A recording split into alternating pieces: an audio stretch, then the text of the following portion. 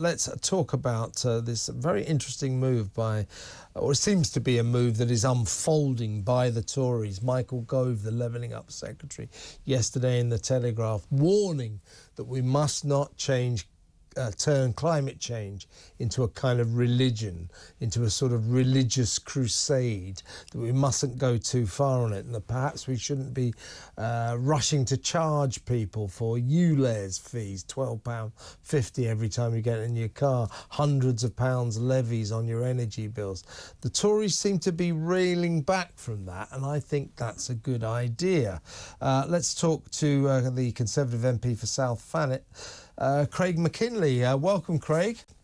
Yeah, good to see you, Kevin. 2 points, right? I praise your party. I applaud the Tories for actually, to be honest with you, realising the bleeding obvious.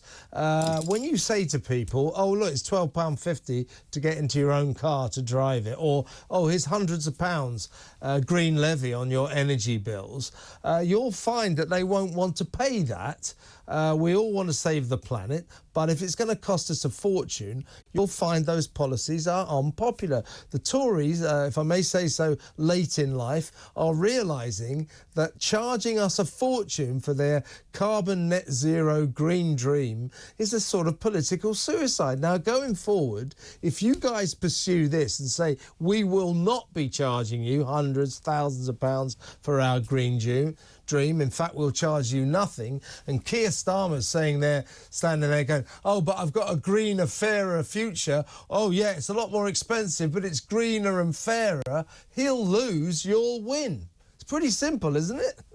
Well, you said the Conservatives are rather late in the day to this. Well, this Conservative is not late in the day. That's why I set up the Net Zero Scrutiny Group, to actually analyse these issues and try and get the party back into common sense. And I think that's been exacerbated by the cost of living crisis. All very well having, grand ambitions, but when those grand ambitions hit the road of real cost, as we saw in Uxbridge, the electorate are not so keen. I mean, the Uxbridge result is very, very interesting. It could mean that those 500 voters who stuck with us, as it were, and got us over the line could have a very amplified voice here, because that could actually change the Conservative Party's tack.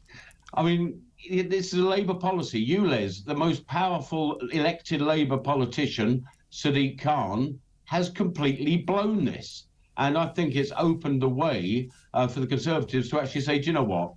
We've got to get back onto some sort of common sense here. We've already got massive energy cost levies. We've got energy costs that are higher than most anywhere in the world now. We're talking about banning things. I didn't become a Conservative to start banning things. So, yeah, there's some mixed messages now coming out from government. I'll be interested to see where they're settled.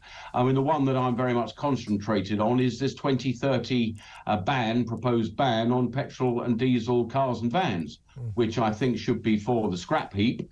Because uniquely, the rest of the world, EU, US, other competitive nations are not even thinking about doing this until 2035. So for us to keep sticking to 2030 is very dangerous, in my view. It's going to be very costly, telling people what they can and can't do.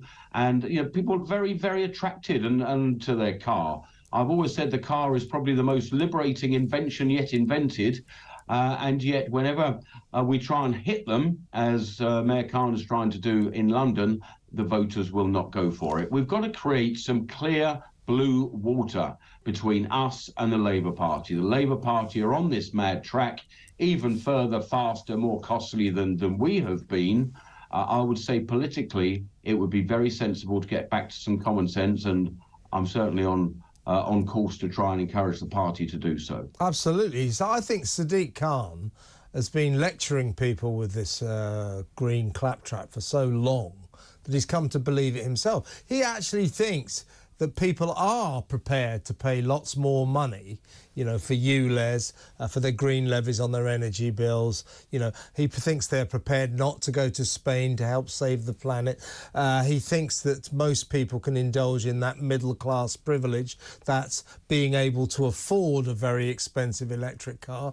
Most people can't afford this. So he's convinced himself, and Keir Starmer seems to have hitched a ride on his wagon as well, that people are prepared prepared to pay more to save the planet. They really are not, Craig. They absolutely are not. And if you can persuade the Conservative Party, to stick with this, to offer the electorate this, you will not be charged for our green dream. We will not charge you any money. Your expenses will not shoot up. You will not be charged £12.50 to drive your own car, hundreds of pounds on your green levies on your energy. All of that. We're offering you the free alternative. That's a vote winner. That's an election winner. Well, I would say so. People don't tend to vote for more expensive things. But I mean, I could go on with you for an hour about what is wrong with a variety of greenwash policies that I'm afraid my party has sort of hitched its wagon to over the last few years, not least because Boris and COP26, and he was all very enthused about all of this. But it's simply not a vote winner. And I could say about what's wrong with lots of policies. The Drax power station that imports wood pellets from North America by diesel ship across the Atlantic, and that's deemed to be net zero. Well, hold on, pull the other one, please. These things just are not working, and people realise they're not working, and they don't want to pay for it. And then when you look at what China is doing, going gangbusters for new coal and building new coal-powered stations on a weekly basis, people in this country will wonder, well, what on earth was this all about? Especially as we see high-energy intensive businesses simply relocating abroad because the energy is cheaper and they're not saddled with all the environmental taxes.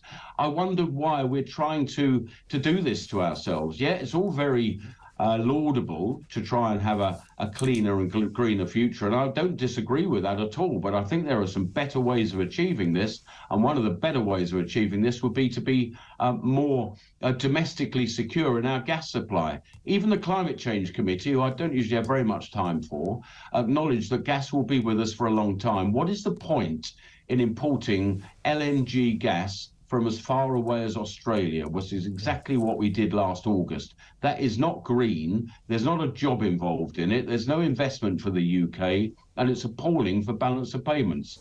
So I would rather us go, for domestic gas first as we roll out new nuclear, which we should have been doing a long time ago. It all went wrong with Tony Blair in '97 when he said, I see no economic future for new nuclear. Well, I rather wish we had it now. Yeah, well, he's the same guy that wanted us to join the euro, wasn't he? So let's not worry too much about what Mr. Blair had in store for us.